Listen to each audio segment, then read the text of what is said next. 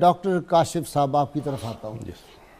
Doctor صاحب یہ ماب psychology ہے, فرسٹریشن ہے, معاشرے میں مہنگائی ہے, معاشرے میں بے روزگاری ہے, معاشرے میں دیگر مسائل ہیں, وہ فرسٹریشن جو ہے اس کی وجہ سے بھی اس طرح کے واقعات پوری دنیا میں ہوتے ہیں. جی جی.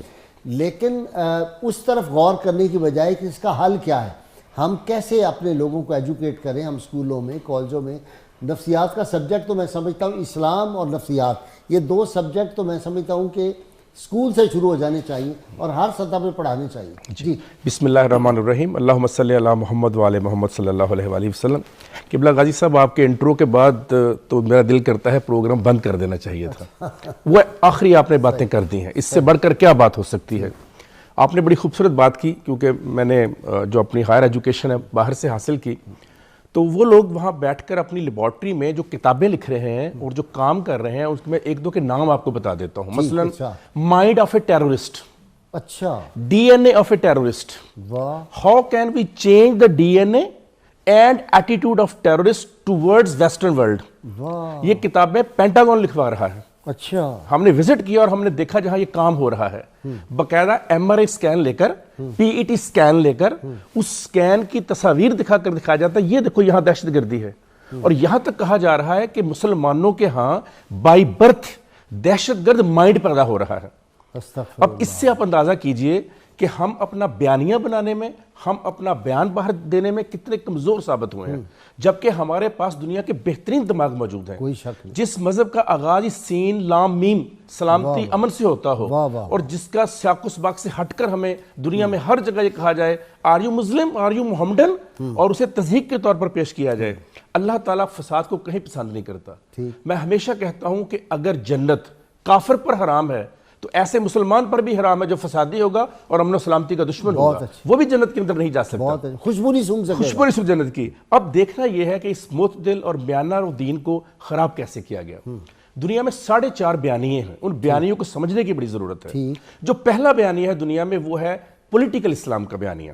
پولیٹیکل اسلام کا بیانیہ یہ کہتا ہے کہ یہ جو پراکسی وار ہے یہ معیشت کے لیے, یہ سیاست کے لیے اور وسائل پر قبضے کے لیے ہے دنیا میں. جب تک وہ اسلام کو ایک ہوا بنا کر پیش نہیں کریں گے, جب تک اسلام کو وہ دشمن بنا کر پیش نہیں کریں گے, وہ وسائل پر قابض نہیں ہو سکتے. اس پر ایک بڑی خوبصورت جملہ کس نے لکھا تھا کہ وسائل کے دریائے فرات پر آج بھی شمر قابض ہیں. وہ شمر جو ہے باہر بیٹھے ہوئے وہ اس کو پولیٹیکل مسئلہ بنا کر پیش کرتے ہیں. اور نظر آیا عراق پہ قبضہ ہوا, کہا جی یہاں پہ جو نیوکلیئر ویپنز ہیں, بعد میں کہا جی نہیں, کچھ بھی نہیں ہے, لیکن وہاں بیٹھے ہوئے ہیں, سارا تیل لے گئے, ساری دولت وہاں سے اٹھا. دوسرا جو ہمارا ہے لیبیا کے ساتھ یہی کیا. دوسرا جو ہمارا بہت بڑا بیانیہ ہم سنتے ہیں باہر سے وہ ہے ریڈیکل اسلام, کہ بذات خود اسلام ہی فساد کا مذہب ہے. اور بدقسمتی دیکھیے کہ ہمارے بڑے بڑے لوگ لکھنے والے, ماجد نواز جیسے, مرسی علی جیسے, وہ ہمارے مسلمان ہو کر ان کے بیانیے کو تقویت دے رہے ہیں اور وہ بتا رہے ہیں کہ اسلام ریڈیکل اسلام ہے. تیسرا جو بڑا ہمیں نظر آتا ہے وہ ہے تعبیر کا تصور. وہ کہتے ہیں انٹرپریٹیشن جو ہے نا قرآن مجید کی, وہ ہمارے بھی ایک دو ہیں عالم آج کل باہر بیٹھے ہوتے ہیں, وہ ہمیں کہتے ہیں جی جی میں سمجھ گیا تھا, تو انہی کی میں بات کروں. وہ تعبیر کا, وہ کہتے ہیں جی تعبیر ٹھیک نہیں ہوئی. اچھا آپ ٹھیک کر دو بھائی, آپ ٹھیک کر کے لے آؤ ذرا سامنے, کیا دیکھتے ہیں. کریں اس سے بڑی بدبختی, بد نصیبی اور نیچ پن اور گھٹیا پن کیا ہو سکتا ہے. کہا جائے جی یہ واقعہ اس لیے ہو گیا کہ حکومت نے کہا جہاں بھی حضور صلی اللہ علیہ وسلم کا اسم گرامی آئے وہاں پہ ساتھ صلی اللہ علیہ وسلم لکھو, خاتم النبیین لکھو. وہ تو بندہ جو ہے اللہ کی رحمت سے مایوس ہے. رسول اللہ صلی اللہ علیہ وسلم نے فرمایا جس کے سامنے میرا نام لیا جائے اور مجھ پہ درود نہ پڑے. اس میں جو کرسچینٹی میں ایک تھا پروٹیسٹنٹ ریفارمیشن کا تصور, انہوں نے کیا یہ تھا کہ وہ چیزیں نکال دی اپنی مذہبی کتابوں سے جو ان کا خیال تھا کہ یہ دہشت گردی کی. اب وہ چاہتے ہیں کہ ہمارے ہاں بھی یہی تعبیر ہو, یعنی وہ آیات, وہ احادیث اور وہ واقعات نکال دیے جائیں. اس کو وہ کہتے ہیں کہ یہ مسلم یا اسلامک ریفارمیشن ہے جی. اور جو چوتھی تعبیر ہے دنیا میں وہ ہمیں نظر آتی ہے سرکمسٹانشل, کہ جہاں جہاں جیسے آپ نے مثال دی یمن کی, آپ نے مثال دی, آپ نے کشمیر کی بات کی, آپ نے فلسطین کی بات کی, ہر اس جگہ پر جہاں مسلمانوں کے ساتھ ظلم ہوگا, جہاں ہماری بات نہیں سنی جائے گی, تو کیا مظلوم کو حق نہیں دیا. حتیٰ کہ یہاں تک کہا گیا کہ بری بات کرنے کو منع کیا, لیکن وہی بری بات اگر مظلوم کے ساتھ ہو تو اسے حق دیا کہ بات کرنے کا. تو کیا مظلوم اپنی بات نہ کرے, اسے حق دیا گیا ہے اللہ کی طرف سے بھی. ڈاکٹر صاحب آپ سے ایک سوال پوچھنا چاہ رہے ہیں صاحب فیصل آباد سے. جی السلام علیکم. جی فرمائیے. اچھا کار ڈراپ اچھا جو 4.5 میں نے کہا جو ہاف ہے وہ اسی چوتھے کے اندر سے ہی ہے. اچھا. وہ کہا جاتا ہے کہ دہشت گرد ٹھیک ہے. اچھا. یہ اس لیے کہا جاتا ہے کہ دیکھیے تنگ آمد بجنگ آمد. شیخ سعدی کہتے ہیں کہ جب بلی جو ہے وہ شیر کے پنجوں میں بے بس ہو جاتی ہے تو وہ پنجہ مار کر اس کی آنکھیں نکال لیتی ہے. اب جب آپ اتنا ظلم کریں گے جیسے کشمیر میں ہوا, جیسے احمد آباد گجرات میں ہوا, آپ دیکھیے جیسے یمن میں ہوا, جیسے فلسطین میں ہو رہا ہے, جیسے برما میں ہوا, اب ایسے موقعوں پر بھی کیا آپ عزت اور غیرت کو چھوڑ دیں؟ اقبال تو کہتے ہیں غیرت ہے بڑی چیز جہانے تک و دو میں پہناتی ہے جو درویش کو تاج سر دارا. کدھر گیا وہ تاج سر دارا آپ کا؟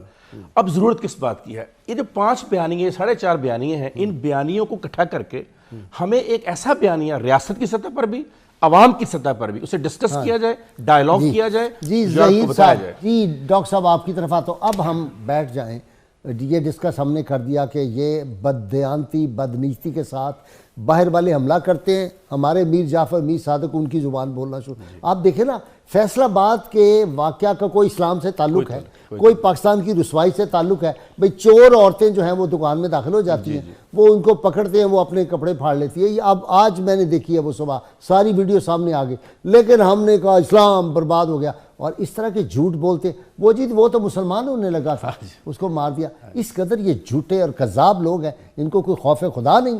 جی یہ ایک پلاننگ کے تحت کیا جا رہا ہے اور اس کا حل جو ہے وہ یہی ہے. ایک تو ڈائیلاگ جس کی ابھی بات ابھی کر رہے تھے ہم, ڈائیلاگ کی بہت ضرورت ہے. جس طرح کا پروگرام آپ کر رہے ہیں یا ہم گفتگو کر رہے ہیں, کتنے چینلز پہ ہو رہی ہے, میڈیا کا بہت بڑا کردار ہے. نہیں وہی بات جو بات ہو رہی ہے نا غیر کر رہے ہیں, وہی سارے چینل بیٹھ کے کر رہے ہیں. اس لیے کہ موم بتی مافیا ہے نا, ہر جگہ بیٹھا ہوا وہاں پر, وہ تو ان کو فائدے لینے ہیں. اس نے وہی 4 کلو چینی پہ بکنے والے لوگ ہیں نا, یہ لوگ تو ان کا تو کوئی دین ایمان ہی نہیں ہے. تو بڑی ضرورت ہے ڈائیلاگ کرنے کی, اور پھر ممبر سے بڑی ضرورت ہے پڑھے لکھے لوگوں کو آنے کی.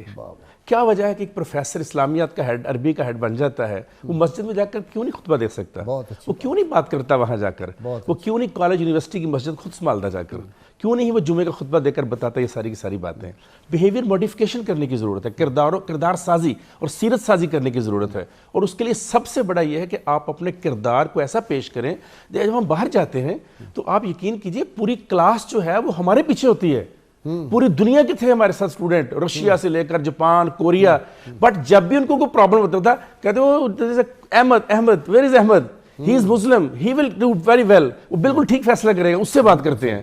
اب یہ ہم کیوں؟ اس لیے کہ ہم وہاں کردار وہ شو کرتے ہیں, ان کو بتاتے ہیں کہ ہم یہاں پر میں اپنے آپ کو ریپرزینٹ کرنے نہیں آیا, میں اپنے پورے دین کو, پورے مذہب کو ریپرزینٹ کرنے آیا. ہمیں وہ ماڈل چاہیے. ہم نے ماڈل کون بنا لیے؟ کل میں دیکھ رہا تھا ایک جگہ کے اوپر بہت بڑا فنکشن, اور ہمارا ماڈل کون ہوتا ہے؟ گلوکار. ہمارا ماڈل کون ہوتا ہے؟ اداکار. جب آپ ماڈل یہ بنا کر پیش کریں گے تو ان سے آپ کس طرح کی توقع کر سکتے ہیں کہ وہ تبدیلی آ سکتی ہے یہاں پر؟